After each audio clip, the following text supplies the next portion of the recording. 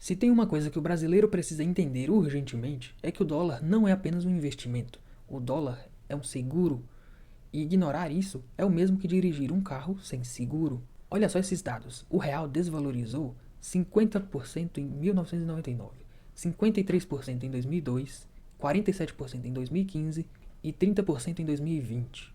Ou seja, a cada 5 a 10 anos, o real toma uma surra. E quem não se protege, perde. E nesse vídeo você vai entender como o dólar se comporta, o que faz ele subir ou cair.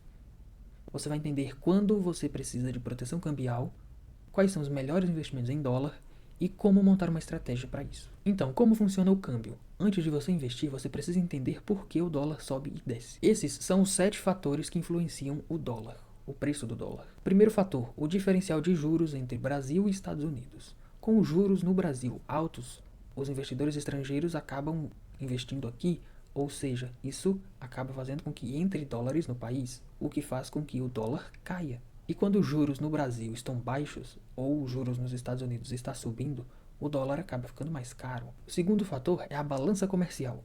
Quando a exportação é maior que a importação, acaba entrando mais dólares no país e o dólar acaba caindo. Já quando ocorre mais importação do que exportação, o dólar acaba subindo. O terceiro fator é o risco país. Tem crise política, tem desconfiança, o rating acaba piorando e o dólar acaba disparando. Isso porque muitas pessoas acabam querendo fugir financeiramente do país.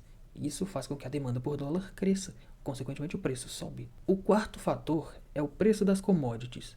Petróleo, soja, minério. Se as commodities sobem, o Brasil ganha mais dólares, então o câmbio acaba melhorando. O quinto fator é o fluxo de investimento estrangeiro. Se os gringos estiverem entrando na bolsa, o dólar cai. Se eles estiverem fugindo, o dólar sobe. O sexto fator é a política do Fed. Se o Fed sobe os juros, o mundo inteiro corre para os Estados Unidos e o dólar dispara. O sétimo fator é a especulação e sentimento do mercado. Se houver boatos de crise, o dólar vai subir. Se houver ânimo no mercado, o dólar vai cair. Em resumo, quando o Brasil está bem, as commodities estão em alta e os juros estão altos, o dólar tende a cair. Quando o Brasil piora, os Estados Unidos sobem os juros, ou acontece uma crise, o dólar tende a subir. Segunda parte, quando você precisa de proteção cambial e quando não precisa. Você precisa de proteção cambial se você tem gastos em dólar, como viagens, assinaturas ou coisas do tipo. 2. Quando você quer se proteger de uma crise do real. Quase toda década o real perde de 30% a 50%. Isso vem acontecendo há bastante tempo. 3. Se você quer diversificar o seu patrimônio. Hoje, 60% das maiores empresas do mundo estão nos Estados Unidos. Por isso, é tão bom investir nos Estados Unidos. E por último, se você é jovem e tem visão de longo prazo, é ótimo que você invista em dólar. E tem uma regra de ouro.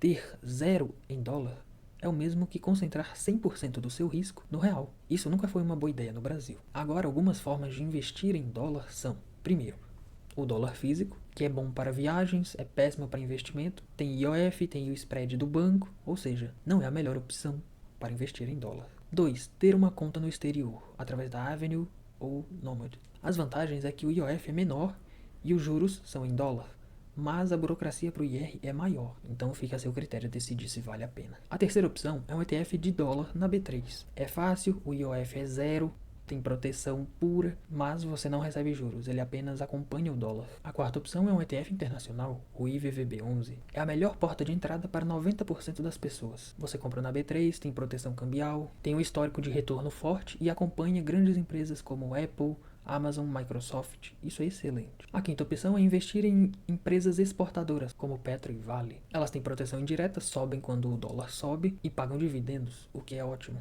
Em resumo, se você está começando, é melhor mirar no IVVB11. E quanto colocar em dólar? Bem, se você tem um perfil conservador, coloque de 5 a 10% do seu patrimônio em dólar. Se você tem um perfil moderado, coloque de 10 a 20% do seu patrimônio.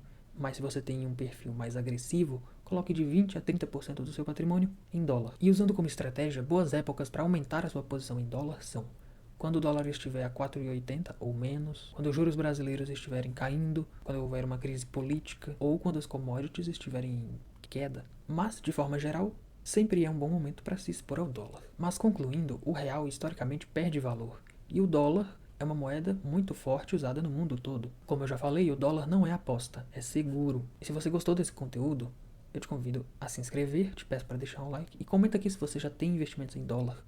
Eu vou ficando por aqui e até a próxima.